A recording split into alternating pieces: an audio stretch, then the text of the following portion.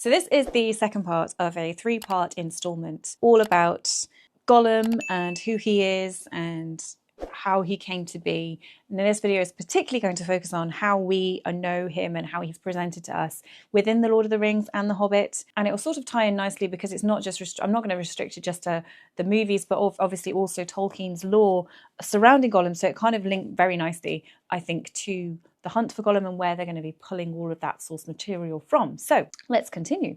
After spending around 500 years alone in the dark, just eating fish and muttering to himself and clutching the ring like a lifeline, Gollum's miserable little world, it gets completely shaken up because one day, out of the blue, a lost hobbit named Bilbo Baggins stumbles into his cave by total accident. Now, Bilbo, who's just trying to find his way out of the Misty Mountains and back to his friends, he ends up wandering right to the edge of Gollum's underground lake. Talk about bad timing. Now, Gollum hasn't seen a fresh hobbit in forever, and to him, Bilbo looks less like a person and more like a snack. So he paddles his gross little boat over to check him out and see if this lost wanderer might be some nice with some ketchup. But before things get bloody, Gollum suggests they play a game of riddles. If Bilbo wins, Gollum will show him the way out. If Gollum wins, well, he gets to eat him. It's just classic Gollum logic. So the two of them, they go back and forth with clever riddles in what becomes one of probably the most famous scenes in The Hobbit.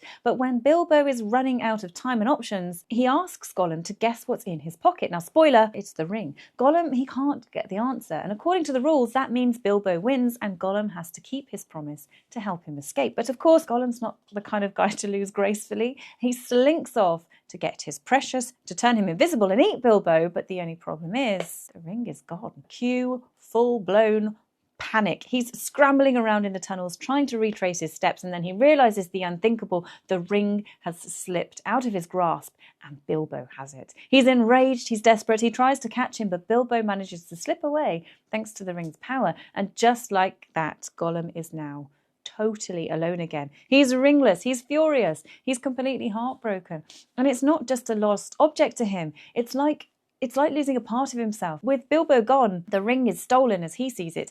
Gollum, he sinks even deeper into despair. He returns to the darkness. He's bitter. He's more broken than ever before. And now he's stewing in hatred for the thief Baggins, who ruined his already awful life.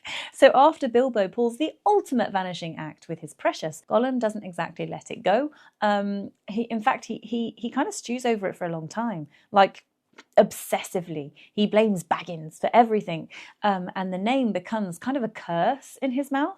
So even though he's furious, at first he's just too scared to leave the safety of his cave. He's been underground, remember, for centuries. So the idea of facing this big open world again is terrifying for him. Eventually, though, something starts to shift. I think because the ring has gone, its grip on him is slowly weakening, just enough that he starts to feel, well, less weak, but a lot of his old inner strength, it starts to return.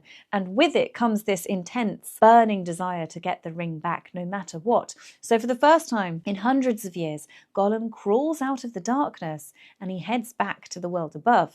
Now, being out in the open, it does him some good, at least physically. He starts to get stronger. There's fresh air, there's real food, no more cave mold, but mentally, just still a total mess. His one goal is to find Bilbo and reclaim his precious. The problem is, though, Bilbo's trail is now ice cold. So Gollum, he just starts wandering. He wanders eastward, across Middle-earth, driven by obsession and pure spite. His travels take him into Mirkwood, which is like a spooky forest, even on a good day. Gollum being Gollum, he doesn't actually keep a low profile. Locals start whispering about this terrifying creature that sneaks through the shadows, drinks blood. There's rumours of him even snatching babies. No one's really sure if the tales are true or just overblown fear, but knowing Gollum, they're probably a little bit true. He probably likes nibbling on baby toes. Eventually, he kind of makes his way near the Lonely Mountain, which is the place where Bilbo's big adventure with the dwarves ended. Now, by this point, Bilbo, he's long gone back to the Shire and living in his comfy hobbit life, but Gollum is still just one step behind, putting together the pieces of this story. He's growing more determined than ever to track him down and take back what he believes is rightfully his. Eventually, he catches wind of some very important news. Now, Bilbo is from a peaceful little region in the west called the Shire, and that's all he needs to hear. Now he's got this fresh determination and this dose of, I guess, extra dose of like obsession. He turns around and he starts making his way westward, dead set on finding Baggins, and he's getting his precious ring back. But something weird happens. Right in the middle of his journey, he suddenly changes direction and he starts heading south, straight towards Mordor. Why?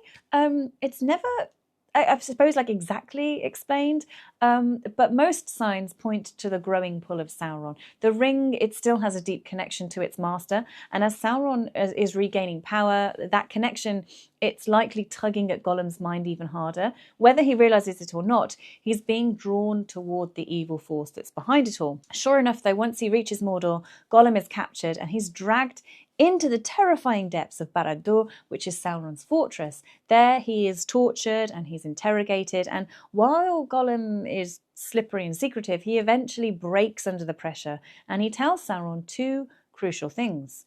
1, the ring is found. 2, it's in the Shire with Baggins. Oops. At some point, after spilling the beans, Gollum, he manages to escape from Mordor. There's a pretty strong theory that he didn't escape on his own. It's likely that Sauron let him go, hoping he would lead the enemies right to the ring. It's like classic evil genius move, so it makes sense. By this point, Gollum's a total wreck. He's still obsessed with the ring, but he's also absolutely terrified of Sauron. So the fear clings to him even after he slips out of the Blackland. He's not just driven by desire anymore, he's being chased by dread. And with that, he once again is like loose in Middle-earth, caught between dark forces and his own twisted longing for the ring. And his story is far from over. His brief moment of freedom after escaping Mordor, it doesn't last long. He barely makes it as far as the Dead Marshes, which is this creepy, ghost-filled swamp that, if you're a fan of Lord of the Rings, the movies from the Two Towers, he runs into yet another major character. Here he comes, Aragorn, Ranger of the North. Now, Aragorn hadn't just randomly decided to chase Gollum. It's, he's not into games of tag across the marshes. He'd been actually tracking him for a while. Now, this is where it will tie into, I believe, the hunt for Gollum, hopefully. So he's tracking Gollum on behalf of Gandalf, who has already been very suspicious about the ring's true nature. After this long and frustrating search, Aragorn had actually given up at this point, and he was about to head home and, pop the kettle on. But by pure luck, he stumbles across Gollum's trail, and it turns out Middle-earth isn't quite big enough for Gollum to hide in forever. Now, even though Gollum's wiry and as slippery as ever, he bites Aragorn during the struggle. Not on his foot, though. Speaking of feet, and Aragorn's feet, did you know that when he kicked the helmet... Sorry, I couldn't resist. I planned that. The ranger, he manages to capture him, but it's not a gentle arrest. Aragorn, he has to get tough, and I mean real tough. Think like Joel Miller level tough to keep this creepy little guy from escaping again. He ties him up, he gags him, and he doesn't learn about his foot fetish, but he does withhold food and water until Gollum is weak enough to be handled. It's brutal, but it is effective. Like I said, Joel Miller. But from there, Aragorn, he drags Gollum all the way back to Mirkwood, where the Wood Elves agree to keep watch over him. Now, Aragorn, I've got an itchy eye. Aragorn is probably exhausted, and he's probably over it at this point. But he is more than happy to hand Gollum over and just get back to his actual life. So not shockingly, this experience, it leaves a deep scar on Gollum. And from that point forward, he absolutely hates Aragorn, like seething, burning hatred. Later, when Frodo casually mentions Aragorn's name in the Two Towers, it's like an evil light comes into Gollum's eyes. This guy, he holds a grudge. Now, Gollum's locked up again. This time, though, in the elven halls of Mirkwood, so it's not quite as bad as Barad-dûr, but don't get too comfortable. If there's one thing Gollum's good at, it's slipping away when he least expect it. So even though he's no longer rotting in the dungeons of Mordor, he doesn't exactly see elven prisons as a cosy upgrade. The elves aren't as outright cruel as the forces of Sauron, but from Gollum's point of view, captivity, it's captivity, and he's not a fan. So just to make things worse for himself, Gandalf shows up, and he's not there for a cup of tea and small talk. The wizard wants answers badly. He's been piecing together the truth about the ring for a while now, and Gollum is that missing puzzle piece. Gandalf starts interrogating him, hoping to confirm just how deep the ring's influence runs and what Gollum's been doing since he lost it to Bilbo. But Gollum, he's not an open book. He clams up, he mutters, he dodges questions until Gandalf takes things up a notch. He actually threatens Gollum with fire, which, as you can imagine, is like a big deal for a creature who's spent most of his life in dark, wet caves. The moment fire enters the picture, Gollum cracks a little.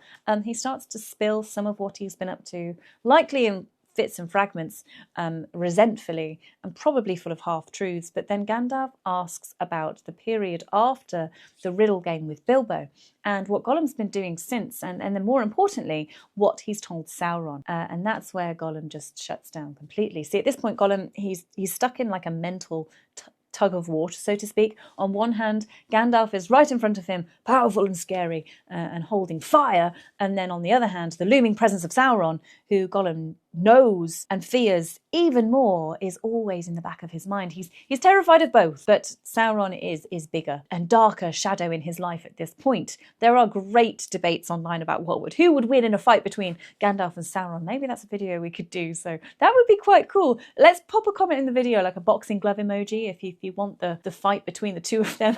I could cover some lore-based theories. But when Gandalf pushes too hard, Gollum digs in his heels and he just flat out refuses to say any more. He's caught between the two forces. He's too scared to betray either one, and for now the truth is locked behind his crooked little teeth. After the whole interrogation with fire episode, Gollum, he ends up back in long-term lockup with the elves in Mirkwood. But this time around, things are a little bit more relaxed. The elves, despite everything, they actually start to pity him, I guess in the same way Frodo did. And part of that is because Gandalf himself suggests that maybe there is still a little bit of Smeagol in there somewhere, a part that could be saved. So with some hesitation, the elves, they start to give him a little bit of freedom under some heavy supervision. They let him outside for fresh air now and then, always under watchful eyes. And Gollum, being just the little weirdo he is, he uses this opportunity to become a master tree climber, kind of like Tarzan level tree climbing. He climbs with his hands, his feet, whatever works, and he finds one favourite tree, big, out of the way, and he basically makes it like his new chilled hangout spot. Then one day he climbs up into that tree and he just doesn't come down. The elves don't want to risk a messy fall or get into a wrestling match in the branches, so they decide to just kind of wait him out. But before they can figure out what Gollum's deal is, a group of orcs ambushes them out of nowhere.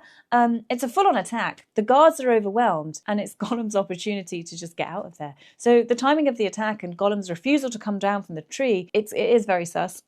The elves quickly become convinced that it was a planned breakout, and it probably was. Whether Gollum coordinated it himself or Sauron sent the orcs to spring him, nobody knows for sure, but either way, that's his chance. He is gone. This mess up is actually what sends Legolas to Rivendell. So his mission is to deliver the bad news. Hey, we lost the weird little swamp guy. And that's why Legolas ends up at the Council of Elrond. So without Gollum's great tree stunt and the orc jailbreak, Legolas might never have joined the Fellowship at all. So in a weird roundabout way, thanks Gollum for Legolas. After bursting out of Mirkwood, Gollum, he goes totally off the radar for a while. The elves, they try to track him down, following his trail south through the forest, but eventually they lose him, which is like a classic Gollum move, slip away when no one's looking. Where does he go, though? Officially, it's not confirmed, but it's safe to say that he's back on the hunt for the ring. That obsession, it will never leave him.